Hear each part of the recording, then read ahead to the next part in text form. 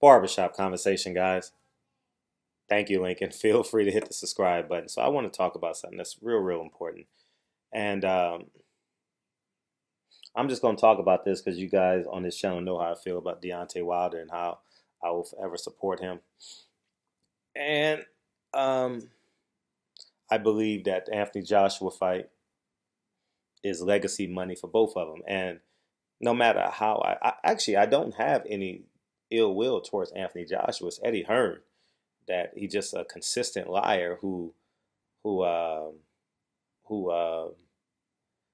and Anthony Joshua is like collateral damage, right? Uh, and Deontay Wilder made an announcement today that he's going to fight Dominic Brazil. I'll be at the fight. I'll be covering it, and I'm just going to talk to you as real as I can be. Team Wilder, and I know somebody in Anthony Joshua's team is going to listen to this video. It's too many hands in the pot. Too many fucking hands in the pot. Everybody wants to get a piece of the action. It is a crowded picture right now, right? And and in my humble opinion, I believe Deontay Wilder made the right move today, right? By not putting the fight on pay-per-view, and it's still a one under the information that I was told. It was still a one fight deal. I don't know how much money he's getting, but I was told that it's a one fight deal, and they will renegotiate after this. Now, the reason why I think it's too many hands in the pot is because May 19th, assuming Deontay Wilder wins,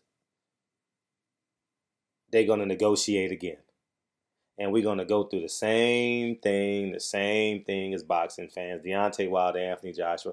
I know you guys are fucking just exhausted of this shit.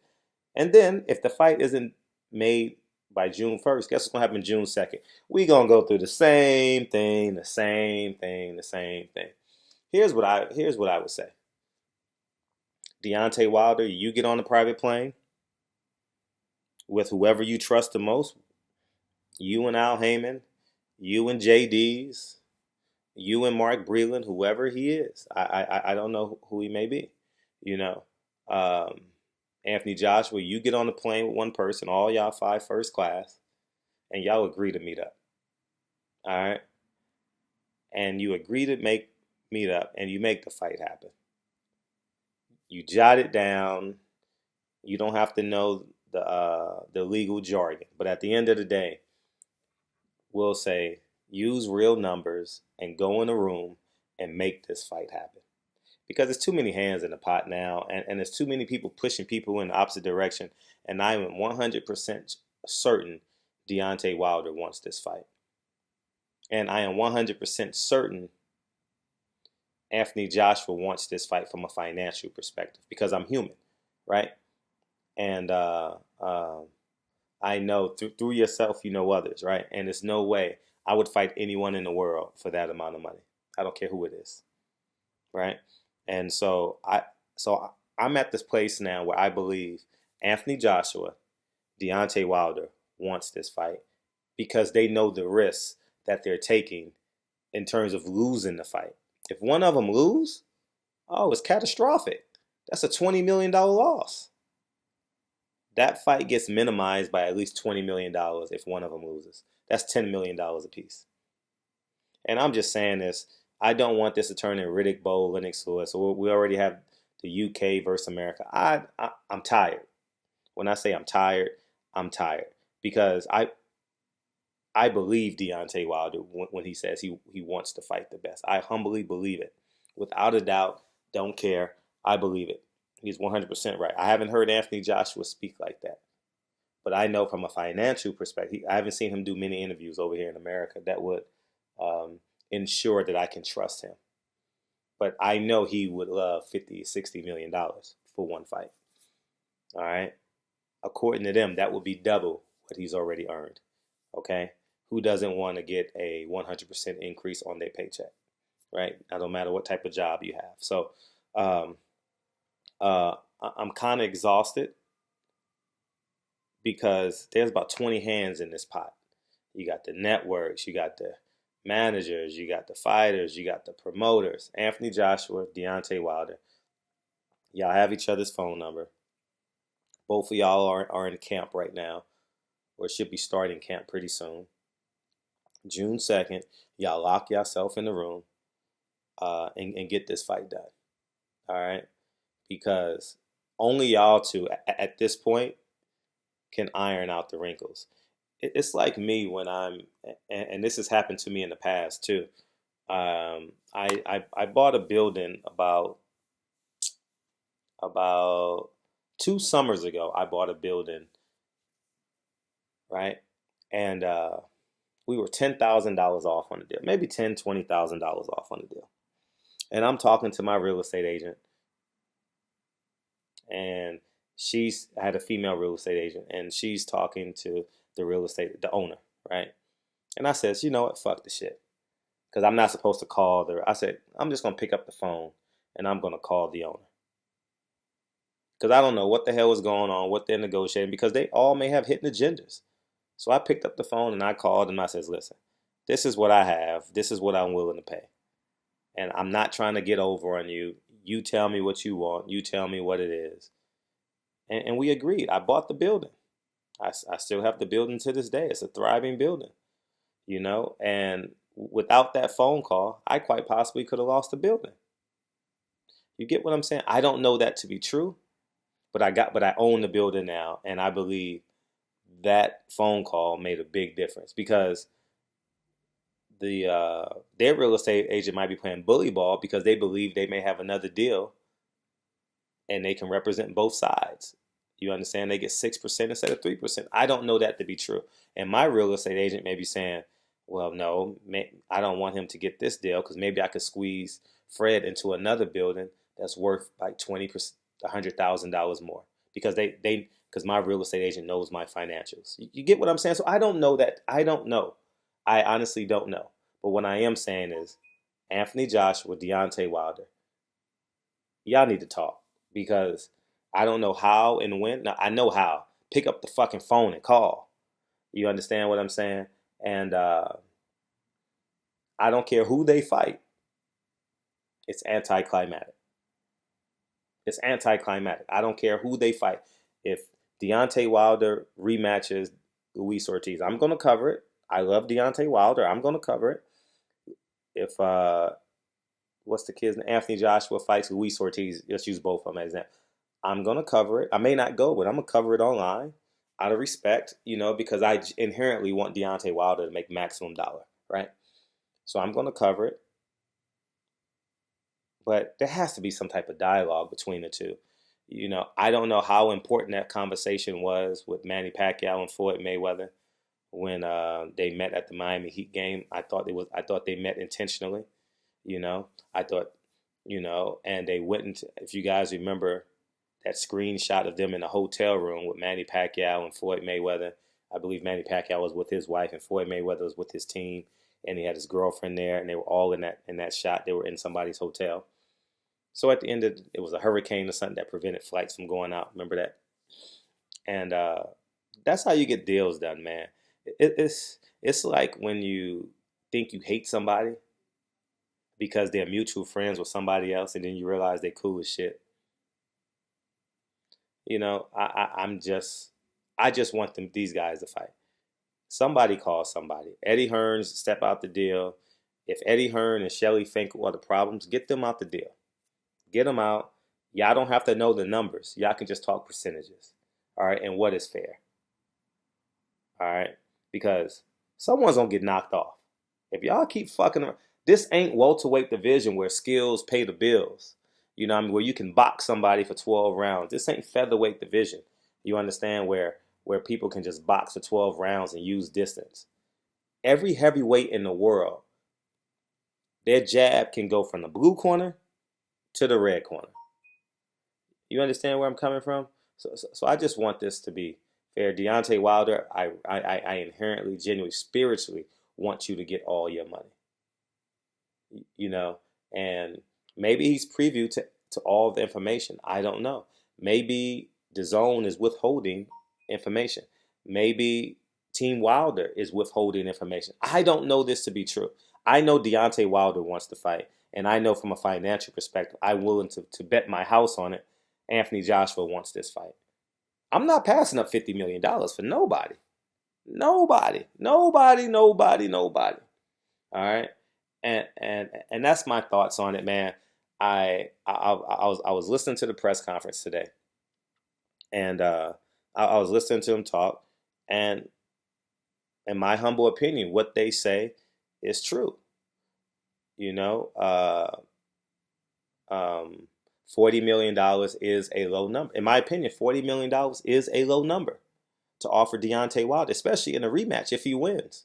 That's a low number, right? And then you can argue. Then the argument is, well, they offered him $50 million, but that was for one fight with the rematch clause, with an immediate fight. No build ups, no build ins, no tune ups. We fight, and then whoever wins gets the lion's share in the rematch, right? And that's fair. That makes sense, right? And obviously, Eddie Hearn wasn't going for that. But now it's time for these two men just to stand on their square, right? And I'm willing to bet a few $1,000s Deontay Wilder wins, you know? But in order for me to make the bet, they got to fight. I need this fight to happen. Somebody's gonna get knocked off, man. Somebody. I'm the law of percentages, man. You keep playing with fire, you're gonna get burned. You understand what I'm saying? You hang around crackheads, you will soon be smoking crack. You hang around college kids, you will soon be going to college. All right. You hang around boxing fans, you will become a boxing fan. You hang around basketball fans, you become a basketball fan. You know. So at the end of the day, man, I'm exhausted. Like I am exhausted of this topic. I'm still gonna talk about it because of my affinity for Deontay Wilder. That won't ever change. But at the end of the day, man, these two niggas need to go into a room and create dialogue. Because now we got all these hands in the pot and it's taking money and time out of each other's pockets, man. Because there's life after these two fight. You know? Joe Joyce, the winner of Joe Joyce, whoever comes up out of that second bunch, you know, could happen, you know? So those are my thoughts, man. Um, Let me know how you feel. Um, let's see if I could think of any defense for Anthony Joshua. I, I believe I have, but, you know, um, June 2nd, June 2nd, Anthony Joshua, don't leave, okay? You said you were going to buy a condo in Brooklyn. Stay in your condo in Brooklyn. Invite Deontay Wilder to the fight, first class. It ain't about chasing. Be a man. Invite him down to the fight. And you guys agree privately to talk June 2nd, all right, in an undisclosed location. All right, maybe in your condo where it has to be. Maybe you guys go rent out a suite in the hotel that you're staying at. I don't know. But that $1,000 you paid for that room, you will benefit a millionfold, you know. So, um, in my humble opinion, I believe boxing fans are tired fighting on both sides. I do. Now I'm gonna make videos and move forward because I'm gonna make videos to grab some more subs from starting in April. What April? 60 days away. April, May, around about May. I'm gonna come up with a plan to piss the UK fans off, and I'm gonna get 5,000 subs between May 1st and June 2nd. I'm telling you, it worked in December. I'm gonna do it again. But above all of that, Deontay Wilder and Anthony Joshua need to have a conversation. And they need to fully grasp and understand the realities and the urgency that they must have as heavyweights. All right. Do I want Deontay Wilder to go 51-0? Hell fucking yeah. Do I want to be at the fight when he's 50-0, going into the ring for 51-0? You're damn right. You're 1,000% right. So, I don't know, man. I'm just being as real as I can be, man. And I think that there were some lies being told to Deontay Wilder, and I think there were some lies being told to Anthony Joshua. All right. All right, this is bigger than a freestyle competition. Who's the best freestyler? I want y'all niggas to be rich forever. I want y'all niggas to be wealthy. I need y'all to have legacy Rockefeller money, legacy Sean John money, legacy P Diddy money. You know what I mean? Legacy Sean Carter money. You know, it's that important. It's that important to me that I have that I can see this. It's very important to the culture that y'all make this happen. Y'all tell these white motherfuckers, get out the room, get out the way. All right? I don't need none of y'all white motherfuckers in here. Me and this king is about to figure this shit out. Y'all gonna get y'all 3%, y'all 5%, whatever it is, but me and this nigga right here, me and this nigga Anthony Joshua, me and this nigga Deontay Wilder, we gonna figure this shit out. And we gonna figure out the lies that's been told, the truths that have been told, and then they'll start having conversations with one another. You know, similar to the way Deontay Wilder did it with Tyson Fury. The deal was done in a week. He ultimately betrayed Deontay Wilder, but you know, that fight definitely propelled Deontay Wilder. He got two big memes out of that till this day, and I hope he's patented. That's going to be a multi-million-dollar revenue stream for him through his product line. And a knockout went viral. You know, so it worked for him.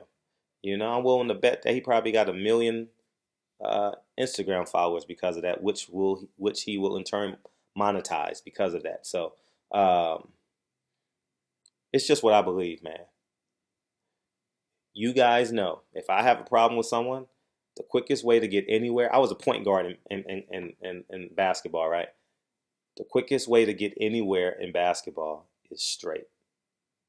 And I had great straight line speed, right? I'm a short kid with a low dribble, so I can get up and down the court in so many, right? And I feel that way in real life. If I have a problem with you, I'm going to call you, all right? And I think that's the realest of the real. That's the way I believe it should be. And I know I don't know Anthony Joshua. I've never interviewed him, never met him, never shaken his hand, never been in his presence, if I'm not mistaken. So I don't know him personally. But the man that I know of, Deontay Wilder, is a straight nigga. He's a real nigga, and I admire him, you know, and I believe him to be that person. Matter of fact, not believe. I know him to be that person. So y'all niggas go lock yourself in a room June 2nd, you know, 5-star hotel, have a conversation, and come out of it June 3rd with a piece of paper, June 2nd that night, come out with a piece of paper and just make and let it make sense, you know? Because at the end of the day, only y'all can fix it. They gonna tell you you're worth more, he's worth more, I'm the most popular person in America, I have 3 belts. All these are facts. All of these are facts. When the fight happens, Vegas is gonna have it. I'm willing to bet Anthony Joshua is going to be the favorite. Anthony Deontay Wilder might open up at plus 130. As soon as this fight happened, they announce it, and Anthony Deontay Wilder comes out plus. I'm going to put 3 $5,000 bets in 3 different casinos. Just being real. I had 10,000. What I had 10,000? I bet if you follow me on Instagram, you know I bet my college teammate I bet my college teammate $1,000. And I bet 13,000 to win 10,000, I think. So I had like $14,000 on that fight. So, so that's it, man. So, anyways, man, barbershop conversations, man. Feel free, hit the subscribe button, and it is what it is, man. Too many hands in the pot. Too many hands in the pot right now. You got Showtime, you got management, you got DAZN, you got Eddie Hearn. It's just too much going on. DAZN tried to be a mediator. I don't know how good or how bad it was. I wasn't there.